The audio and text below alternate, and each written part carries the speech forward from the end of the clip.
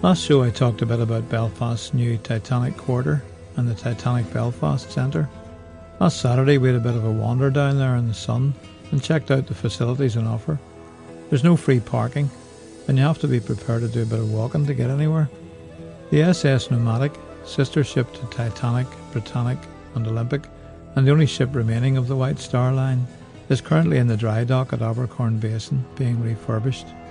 Nomadic was used to carry first and second class passengers from Cherbourg out to the Titanic and the Olympic. At the moment there is also a small Belfast Harbour marina with temporary facilities in Abercorn Basin at the back of the Odyssey building. Eventually, as the Titanic Quarter is developed, this marina will move to the dock below the famous Harland and Wolff cranes, Goliath and Samson. The Titanic wasn't the only ship to leave Ireland for the USA and not to arrive.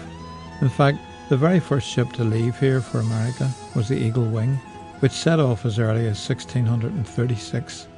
The ship was named from verses in Exodus and Isaiah, referring to the children of Israel being carried on eagles' wings and soaring on wings like eagles. This ship was built at Grimsport Harbour on the southern shore of Belfast Lough from 1631 on. In 1636, 140 Presbyterian men, women and children, including 4 ministers, set sail for the New World in order to escape the limitations on their religious freedom being imposed upon them by the Church of England and the English government. Although the province of Ulster had been planted largely with Scots Presbyterians in the early 1600s, the province had subsequently been divided up into Anglican parishes, with some Presbyterian and Puritan ministers being allowed to minister in a few parishes. 4 Scots Presbyterian ministers, Blair, Welsh, Livingston and Dunbar, twice excluded from ministering in their churches, began to make plans to travel to the New World. They made contact with Cotton Mather in New England and were assured that they would be free to practice their own unique form of Christianity there. They sent over an agent who selected a tract of land near the mouth of the Merrimack River on the border between Massachusetts and New Hampshire. The 150-ton ship set sail from Loch Fergus, present-day Carrickfergus, on the north shore of Belfast Lough, with Blair, Livingston and 2 other preachers, Hamilton and McClellan, aboard. They immediately had some trouble with unfavourable winds off the coast of Scotland and grounded the ship there to look for leaks in the keel. Setting off again, they managed to cover more than half of the journey, but then encountered very stormy seas, high winds and heavy rain, resulting in a broken rudder, mended by the captain, Andrew Agnew, torn sails and other serious damage to the ship, which also sprung a leak. Even when several passengers became sick and 2 died, a child and an old person, they remained cheerful and confident. One child was born during the journey and was baptised by Mr. Livingstone, who named it Seaborn. The captain and crew told the ship's company that it was impossible to hold out any longer, with more storms to be expected before they could reach their goal. Eventually, after much prayer and discussion, the passengers agreed to give in to their urging. The Eagle Wing turned back for Ireland and entered the harbour at Loch Fergus again on the 3rd of November, after an absence of about 8 weeks.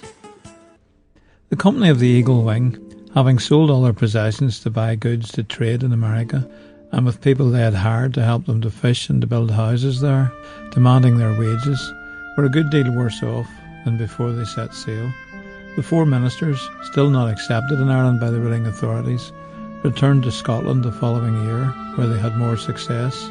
They were welcomed by the people there and became instrumental in the subsequent overturn of the episcopal form in Scotland, which has been largely Presbyterian ever since. Eventually, more settlers from Ulster did make it to Boston and Portland in 1718, the passengers immediately inquiring about the piece of land in the Merrimack River, very likely Londonderry, New Hampshire, where they then settled. More and more ships brought Ulster Scots settlers to America, in turn becoming pioneers and frontiersmen. As they established each new settlement, they would first build a fort for protection from the natives, and then they would build a church and a school.